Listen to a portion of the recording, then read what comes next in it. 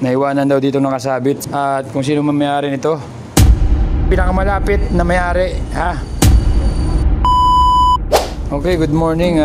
May nag-surrender sa akin dito ang tropa natin sa crew ng 7-Eleven. Good morning!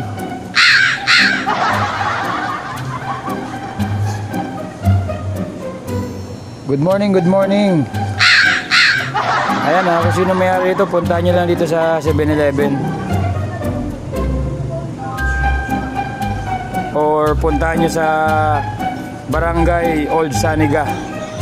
Sa Barangay Old Saniga na lang para i-record natin doon na may napulot tayong radyo o may nag-surrender sa atin para sa legalities na rin.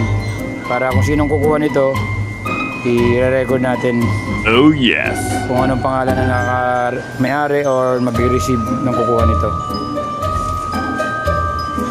Okay, punta nyo lang. Dito to sa P. Cruz Naiwanan, P. Cruz 7-Eleven. At pupuntahan nyo sa Barangay Old Saniga. Barangay Hall, yung bagong Barangay Hall sa Paradise Street. Okay? Alright. Subukan natin ulit. Short break, good morning, good morning.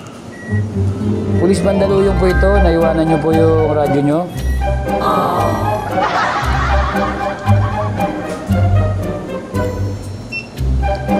Short break, good morning.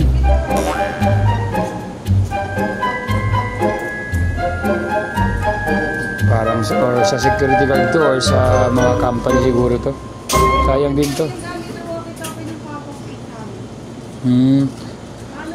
Good morning, good morning. What? Okay, iwanan ko to sa barangay ha. I-record ko na may na surrender sa atin na crew dito sa 7-Eleven. Okay, puntahan nyo na lang kung sino ang may-ari nito. Yung pinakamalapit na may-ari, ha? Okay, okay. Asahan namin na hintayin namin yung pagdating niya sa Barangay Old Saniga. Okay, dito na tayo sa Barangay Old Saniga. I-surrender ko tong naiwanang radyo na turn over sa atin ng crew ng 7-Eleven sa P. Cruz Barangay Old Saniga. Ayan. Kung sino may-ari nito, puntahan nyo na lang kung pinakamalapit na to ang area mo. Punta ka rito. Itong radyo na to, handheld radio. Naririnig ko may nagsasalitang mga gwardiya eh. Kaya puntahan nyo na lang. At kung sino may mag-receive, magpipil up kayo dito sa Barangay Old Saniga. Hanapin nyo lang yung mga bantay bayan dito at desk officer. Okay? Alright. Puntahan nyo na. Kung lalapag ko na to, puntahan nyo na sa pinakamalapit. Okay, okay. Ingat, puntahan nyo na. Agad-agad. Now na.